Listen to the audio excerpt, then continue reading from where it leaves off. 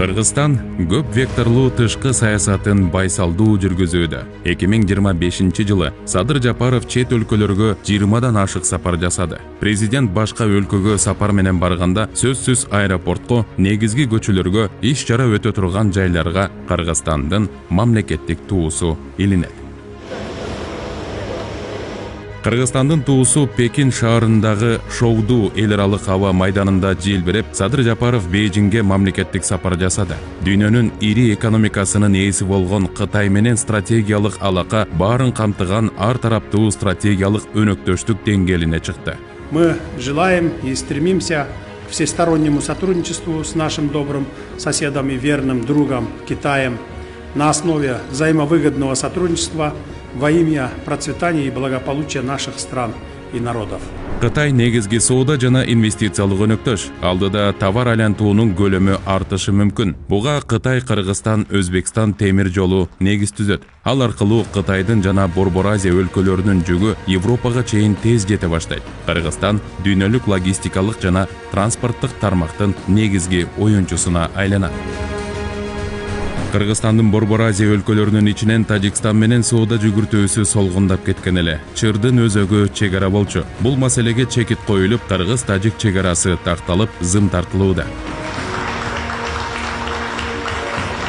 Чек ара маселесинин толук чечилиши жөн гана жетишкендик эмес, бул өлкөнүн коопсуздугу жана толук көз карандысыздыгы үчүн кепилдик. Тажикстан Өзбекстан менен чек аранын тогошкон жери боюнча келишимге да кол коюлду. Муну менен 3 өлкө эң татаал деп сыпатталган Фергана өрөөнүндөгү маселенин түйүнүн биротоло чечти. Азыр бардык форматтарда ООНда айтылды, Японияга барганда айтылды, Америкага барганда айтылды. Андан кийин бул акыркы жолу Москвага барганда дагы бардык биздин партнерлор бул ушулку жылдын чоң жетишкендиги деп баалашат да. Ошондуктан Садыр Мурзоевичке тынчтык премиясын берди. Бул чоң иш. Жалаң эле биздин элибиздин ошо түштүктөгү жашоо шарт эмес. Жалпы Борбордук Азия керек болсо дүйнөлүк саясатка таасир этип турган окуя болду да. Бул кадам менен Борбор Азияда кызматташтыктын Улумарга жардам бериңиздер. Балдарыңыздар уурубасын. Дуаңыздар кабыл болсун. Аллахым жеңил сыноо берсин. Уулумдун кыйналып жашаганын каалабайт элем. Менин балам дагы балдардын катарында ойногонун каалайт элем. Алладан сурап, эч үмүтүм үзүлбөйт. Балам басып кетет деп ишенемин. Умар катуу орун менен күрөшүп жаткан кичинекей жигит. Ал кымбат дарылануу жана айыгууга мүмкүнчүлүк алуу үчүн сиздин жардамыңызга муктаж болуп турган учуру. Сиз берген ар бир сом Умарды дени сак жана бактылуу жашоого жакындатат. Сооп иш кылуу менен бирге Умарга ооруну жеңүүгө жардам бериңиз. Ар бир берген сомуңуз үчүн Аллах разы болсун. Ченимдин жаңы доору башталды. Бириккен Улуттар уюмунун башкы катчысы Гутерриш мырза дагы айтты, бул Кыргызстан менен Тажикстандын чек арасы, Кыргызстан менен Өзбекстандын чек арасынын бүтүшү бул бардык мамлекеттер үчүн чоң үлгү деп мен ойлоп атам. Бул быйылкы жылы эмес, келечекте дагы көп мамлекеттерге бул үлгү болуп берет. Чек ара сызыгы такталган соң Тажикстан менен карым-катыш жанданып, жабыктырган өткөрүү бекеттери ачылды. Садыр Жапаров менен Эмомали Рахмон Каса $1000 долбоорунун алкагында 500 киловольт датка сук аба чубалгысын ишке киргизди. Уникальный проект, способен для нас, да. Каса $1000 долбоору Кыргызстан, Тажикстандан Афганистан, Пакистанга электр кубатын экспорттоого жол ачат. Сөз болуп жаткан Пакистан Түштүк Азияда жайгашкан. Бул өлкө менен энергетикадан сырткары билим берүү, экономика, укук, маданият, туризм чөйрөлөрүндө кызматташтык бекемдемей болду. Мындай сүйлөшүүлөр Садыр Жапаровдун Исламабадка болгон сапарында орун алды. Бул алаканын соңку 20 жылдык тарыхындагы эң жогорку деңгээлдеги сапар. Ага Пакистан тарап өзгөчө маани берип, президенти да, премьер-министри да тосуп алды.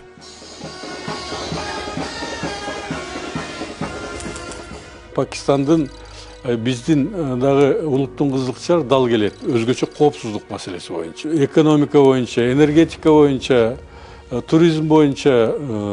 Пакистанда мына билесиңер, Пакистандан келген студенттер Кыргызстанда көп окуйт. Алар дагы барганда мен ойлойм, жакшы пикир, жакшы ой жаратат да.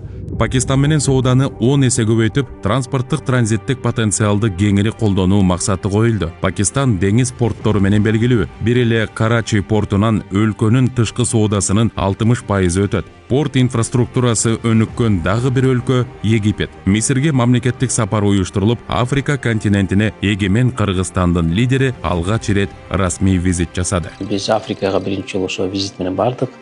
Аякта Египеттин жетекчилиги менен, президенти менен сүйлөшүп, эки тараптуу документтөргө кол койдук. Мисирде Кыргызстандын элчилиги ачылат. Бул өлкөнүн тышкы саясатын Африка континентинде ишке ашырууга өбөлгү болот. Баса, Африкадагы биринчи элчилик Эфиопияда ишин баштады. Көптөгөн Африка мамлекеттерди муну абдан жылуу кабыл алышты да. Анткени Эфиопияда Африкалык кеңештин штаб-квартирасы бар. Ошондуктан биз ошо Эфиопия аркылуу бардык Африка мамлекеттеринин иштегенге мүмкүнчүлүк алдык да.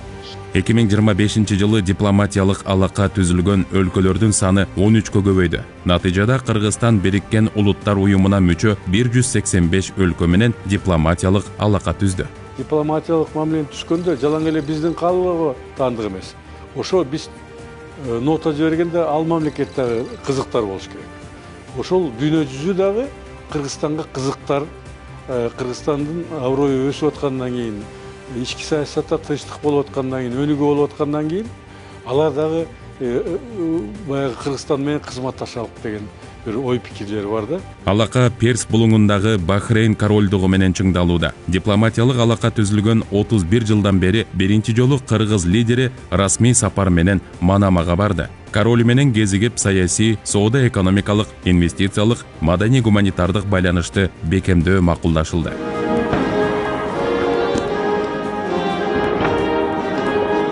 Бахрейн менен жогорку деңгээлде мындай байланыштар түзүлүп болчу. Эки тараптуу көп сүйлөшүүлөр жүргүзүп, анан жакшы эки тараптуу документтерге кол коюп келдик да. Бул дагы болсо ошо биздин бул араб булуңундагы мамлекеттердин дагы бир жагы бир эшигин ачтык да. Түштүк чыгыш Азияда жайгашкан Малайзияга да соңку 30 жылдын ичинде Кыргызстандын президенти жогорку деңгээлдеги сапар жасаган эмес. 2025 жылы тарыхый визит жасалып, Садыр Жапаров Малайзиянын президенти, премьер-министри, сенатынын төрагасы менен сүйлөшүү өткөрүп, бизнес өкүлдөрү менен жолукту. Малайзия бул биз үчүн эң ишенимдүү партнерлордун бири, анткени булар жанагы Түштүк Азия мамлекетинен да эң мындай өсүп, өнүгүп, анан чоң авторитети бар мамлекет да. Ошондуктан бул Малайзия менен дагы биз баягы байланышыбызды жаңылап, сүйлөшүп, кызматташтык баягы мамилелерди кайра түзүп, алар менен дагы бир топ жаңы документтерге кол коюп келдик. Жогорку деңгээлдеги сапарлардын алкагында ошол өлкөдөгү мемориал, мавзолей же улут үчүн курман болгондордун эстелигине гүл коюу эрежеси калыптанган. Кыргызстанга келген жогорку даражалуу меймандар жеңиш аянтына же болбосо Ата Бейит мемориалдык комплексине келип гүл коюп таазим этет. Ата Бейиттеги 1916 жылдагы каргашалуу окуянын курмандыктарына арналган мемориалга гүл койгон Монголиянын президенти. Бул сапар кыргыз-монгол кызматташтыгын чыңдады. Экономика, билим берүү, айыл чарба, маданият тармактары талкууланып, маанилүү документтер кабыл алынды. Кыргызстан менен Монголиянын элдерин тамыры терең тарыхый жана маданий алакалар, жалпы көчмөндөрдүн салттары жана руханий баалуулуктары байланыштырып турат. Алар биздин мамилелерибиздин мүнөзүн аныктайт. Монголияда 20 миңге чукул этникалык кыргыз жашайт. Аларга Кыргызстан мектеп салып бермекчи. Баса, Кыргызстан чет өлкөдө салган алгачкы билим уя Азербайжандын Агдам районунда жайгашкан. Айкөл Манас деп аталып, аянты 8000 чарчы метрден ашат. Эта школа в селе Хыдырлы служит символом дружбы нашего народа.